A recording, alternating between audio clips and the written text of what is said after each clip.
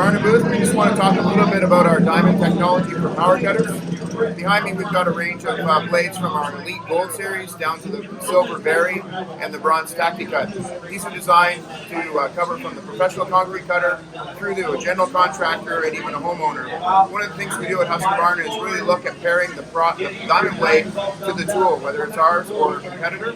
And so what we have behind us is some new diamond technology. If we take a look at the Elite Cut right here, we've got what we call our Elite Exo Grid. It's got a new segment shape which helps with the active surface area for high cutting speed and performance in hard materials.